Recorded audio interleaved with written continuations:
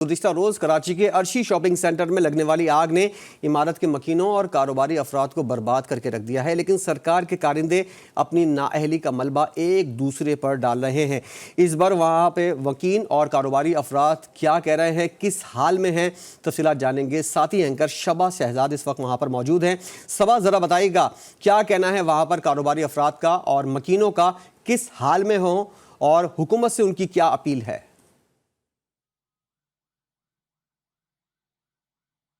बिल्कुल, मैं साजिद इस वक्त मौजूद हूँ आयशा मंजिल के पास, अर्शी शॉपिंग मॉल के पास ही बिल्कुल मौजूद हूँ। आप मेरे अक़ब में भी देख सकते हैं कि इस इमारत की क्या सूरत हाल हो चुकी है।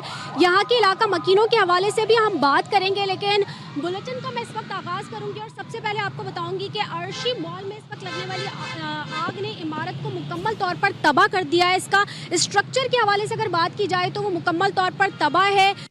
से बात करें तो रात में भी यहाँ पर बेसरो सामानी वाली कैफियत में यहाँ पर मौजूद थे रिहायशी और काफ़ी परेशान थे, क्योंकि सर्दियों का मौसम शुरू हो चुका है और इनका सारा सामान इस वक्त बिल्डिंग में ही मौजूद है, इन्हें जाने की भी इजाज़त नहीं दी जा रही। हम देखते हैं गुज़िश्ता दिनों 25 नवंबर को आरजे शॉपिंग मॉल में भी आग लगी थी और 11 अफराद जान की बाजी हार गए थे, लेकिन उनका भी कोई पुरसाने हाल नहीं था। अगर यहाँ के हवाले से बात करूँ तो 5 अफराद अपनी जान की बाजी हार चुके हैं, कीमती जानें ज़ाया हो चुकी हैं, लेकिन कोई पुरसाने हाल नहीं है। मज़ीद जानते हैं इस रिपोर्ट में।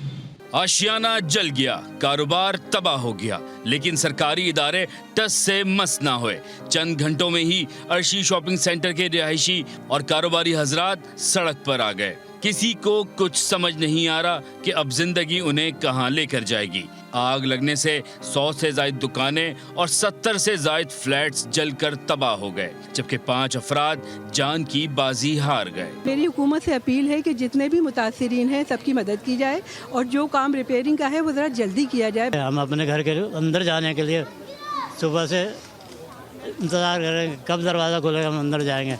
अब दो आदमी भेज रहे हैं, दो आदमी 10 मिनट दे रहे हैं उसको, तो शाम क्या सुबह हो जाएगी, हम यहाँ बैठे रहेंगे, इंतजार करते रहेंगे। हम सब तो गरीब हो गए, सब तो लूट गए, ख़त्म हो गए, किसी के पास कुछ है ही नहीं।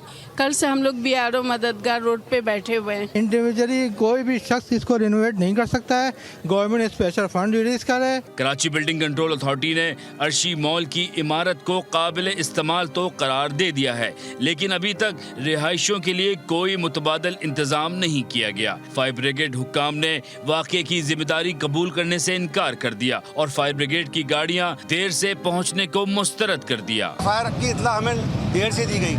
अब लोगों में अवेयरनेस की कमी है, लोगों को फायर ब्रिगेड का नंबर नहीं पता। कितना देर से, कोई मिनटों में बता सकता है कितनी देर से आपको इत्तला मिली? एक आइडिया है कि 20 से 25 मिनट लेट मिली है। निगरान वज़ीर आला सिंध मकबूल बाकर ने एक रोज गुजरने के बाद अर्शी शॉपिंग सेंटर की तबाहाल इमारत का दौरा किया। निगरान वज़ीर आला ने हस्बे मामूल जिम्मेदारों के खिलाफ सख्त कार्रवाई और मुतासरीन को शेल्टर्स देने की पेशकश की है। आपको बता रहा हूँ, अभी भी डीसी साहब ने बताया कि इन्होंने तमाम जो मुतासरीन है उनको ऑफर किया है, टेम्परेरी शेल्टर भी ऑफर किया है, फूड भी ऑफर किया है और इंशाल्लाह जितनी भी उनको सहूलत फराहम की जा सकेगी कर देंगे। कोई कमी कोताही होगी तो उसको पूरा करेंगे। गुज़िश्ता रात आयशा मंजिल के नजदीक अर्शी शॉपिंग मॉल में खौफनाक आग भड़क उठी थी, जिसके बाइस रिहायशियों और कारोबारी हजरात का करोड़ों रुपए का नुकसान हुआ था। अगर इस वक्त इमारत के हवाले से बात की जाए तो 4 मंजिला ये इमारत मेज़ानाइन फ्लोर और ग्राउंड फ्लोर के हवाले से बात की जाए तो मुकम्मल तौर पर ये तबाह हो चुकी है। अगर इस वक्त इलाका मकीनों के हवाले से बात की जाए तो इसमें रिहाइश पजीर जितने भी लोग थे वो बेसरो सामानी वाली कैफियत में यहाँ पर मौजूद हैं और कोई उनकी दाद रसी नहीं कर रहा। साथ ही अगर घर की बर्बादी पर एक खातून भी रो पड़ी थी और बच्चों के इम्तिहानात थे, फ्लैट में कीमती सामान है, फ्लैट में जाने की इजाज़त भी नहीं दी जा रही है। हम भी किसी और को नहीं जाने दे सकते, हमारे अपने घर हैं, हमारी चीज़ें खुली हुई हैं, क्या है। अब रेस्क्यू हमें परमिशन दे तो हम लोग जाके अपनी चीज़ें देखें ना। पेपर होते हैं, पैसे होते हैं, कीमती चीज़ें हैं। वाइफ मेरी और मेरे 2 बच्चे जो 5 साल के और 6 साल के वो थे घर पर। अब वो कैसे निकले क्या निकले, अल्लाह इन लोगों को, मेरे साथियों को, बिल्डिंग वालों को अल्लाह जज़ा दे। ये लोग लेके निकले उन्हें। किसी से कोई शिकवा नहीं, बस दुआ करना, दुआ चाहिए बच्चों को संभाल। पूरी रात हो गई, कहाँ ये बच्चे देखिए आप बगैर स्वेटर के खड़े हैं, ये देखिए छोटे छोटे बच्चे, इम्तिहान है आज, पेपर है, नहीं जा सके बच्चे, कितने ऑफिसेस नहीं जा सके, सब यहाँ पे ब्यास खड़े। आग आए, उन्होंने बुझाई, रेस्क्यू किया, बहुत अच्छा किया, उससे ज्यादा रेस्क्यू हमारे बच्चों ने किया, आगे बढ़ के गए, दुकानें जिनकी जली उनकी जिंदगी की कमाई लूटी है, हमारे घर जले तो हमारी कमाइयाँ लूटी हैं, हम कुछ नहीं चाह रहे, लेकिन हमें सही बता दो ना कि जाओ तुम्हें ब्यासरा छोड़ा, अल्लाह है हमारा आसरा। अगर इस वक्त जाम बहक अहले खाना के हवाले से बात की जाए तो अर्शी शॉपिंग मॉल में आग लगने से जाम बहक होने वाले टेलर मास्टर रियाज के अहले खाना फायर ब्रिगेड इंतजामिया से नाराज़ हैं और अहले खाना ने इस पर सवाल उठा दिया है। 9:30 बजे मैं दुकान पे था, मुझे फ़ोन आया कि भाई तेरा भाई लापता है, सिलाई का काम करता था, वहाँ माल देने गया था, दर्जी था, टेलर था, यानी हाँ वहाँ पे मजदूरी, उसके साथ के 3 बंदे एक साथ भाग हुए हैं, 2 और है उसी दुकान के, भागते गए यहाँ से, हमें आगे नहीं जाने दे रहे, खुद भी बाहर खड़े में पानी मार रहे हैं बाहर से, कुछ भी नहीं कर रहे थे, शोर शराबा करा। फिर हमारा एक बंदा था मेरे साथ, वो 2 रिक्शे वालों को लेकर ऊपर चढ़ गया आग जलती में। फिर मैंने बोला कि भाई शटर खोल के देखो, शटरों में अंदर बंदे आवाम होगी, अपनी जान बचाने के लिए घुसने। सुबह जब हम लोग रात भर वहाँ ख्वार होते रहे, ये अपनी वीडियो बनवा रहे हैं, SO आ रहा है, SP आ रहा है, मैडमें आ रही है, पुलिस वालों के लिए सब कुछ आ रहा है, चिकन बिरयानी आ रही है, नाश्ता आ रहा है, चाय आ रही है, बड़े मजे से वहाँ ठाट में बैठे हैं, यानी अपनी पब्लिसिटी कर रहे हैं, आवाम का क्या कर रहे हैं। अबे भाई तुम जान तो बचाओ किसी की। इन्होंने पानी मारा है ना, छोटे मलबा गिरा है, मैं खुद देख के आया हूँ। हमारा एक बंदा हमारी मार्केट का था, वो अंदर का, को मैंने शटर खोल के देखना, 4-5 दुकानों के शटर उठाए, नहीं मिला, ब्यूटी पार्लर का शटर उठाया, वहाँ अंदर था। बचाना चाहते हैं तो बहुत से लोग बचते हैं, तुम बोल रहे नहीं बॉडी मुझे दो, वहाँ ये चल रहा है, एक एम्बुलेंस वाला आके बोलता है बॉडी मुझे दो, वो बोल रहा मुझे दो। सोचो जहाँ आग नहीं लगी वहाँ ये बंदे जाबाक हो गए, जहाँ ज्यादा आग लगी है वहाँ तो तुम लोग पाँव भी नहीं रख रहे। निगरान वज़ीर सेहत साद न्याज के हवाले से बात करें तो उन्होंने भी वाज़े तौर पर कहा है कि शहर में इमारतों में फायर सेफ्टी के आलात मौजूद नहीं है, हमें इनफरादी और इज्तिमाई तौर पर इस पर मिलकर काम करना होगा। जिन्होंने बिल्डिंग बनाई, जो वहाँ पे हैं, अगर वहाँ पे फायर एग्जिट्स नहीं है, अगर वहाँ पे फायर का सेफ्टी का इंतज़ाम नहीं है, तो जाहिर है जो भी इदारे इसमें इन्वॉल्व हैं ये उनका फॉल्ट है। लेकिन ये सिर्फ फॉल्ट की बात नहीं है, देखें, ये किसी को मोरद इल्ज़ाम ठहराने की बात नहीं है। बात ये है कि मैं समझता हूँ कि हमारे अंदर यहाँ से सब कुछ ख़त्म हो गया। आला क़यादतों के भी आने का सिलसिला जारी है। इस वक्त मैं बात करूं MQM की आला क़यादत के हवाले से तो खालिद मकबूल सिद्दीकी की सरबराही में अर्शी शॉपिंग सेंटर दाद रसी के लिए वो पहुंचे थे और उनको इल्म ही नहीं था कि वो RJ मॉल आए हैं या अर्शी शॉपिंग सेंटर। उनका मजीद क्या कहना था आपको सुनवाते हैं। और भी हुआ है ना, आग लगी है, नहीं बता रहा था आज भी दूसरा RNG में हुई थी, कब वो तो 1 हफ्ते पहले एक कल का थोड़ी।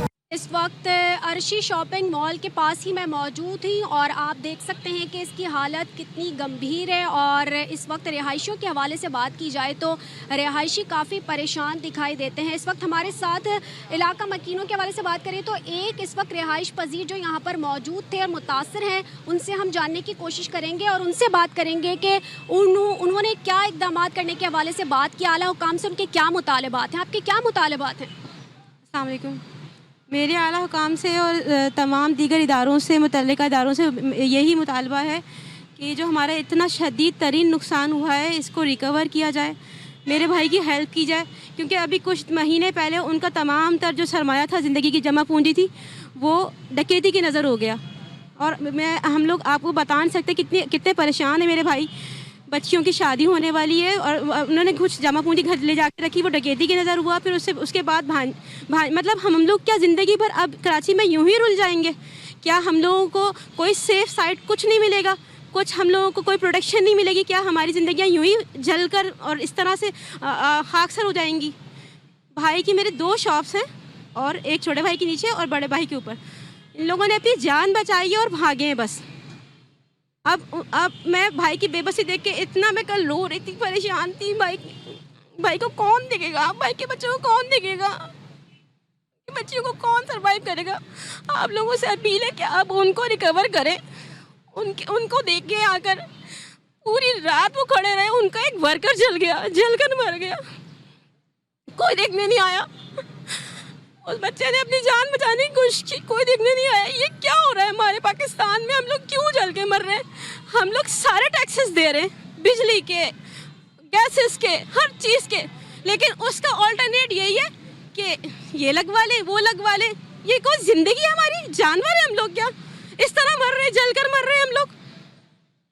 मेरे भाई, आप लोगों से मेरी दरख्वास्त है कि मेरे भाई का कोई भी कुछ भी करें, उनका ये नुकसान रिकवर करें।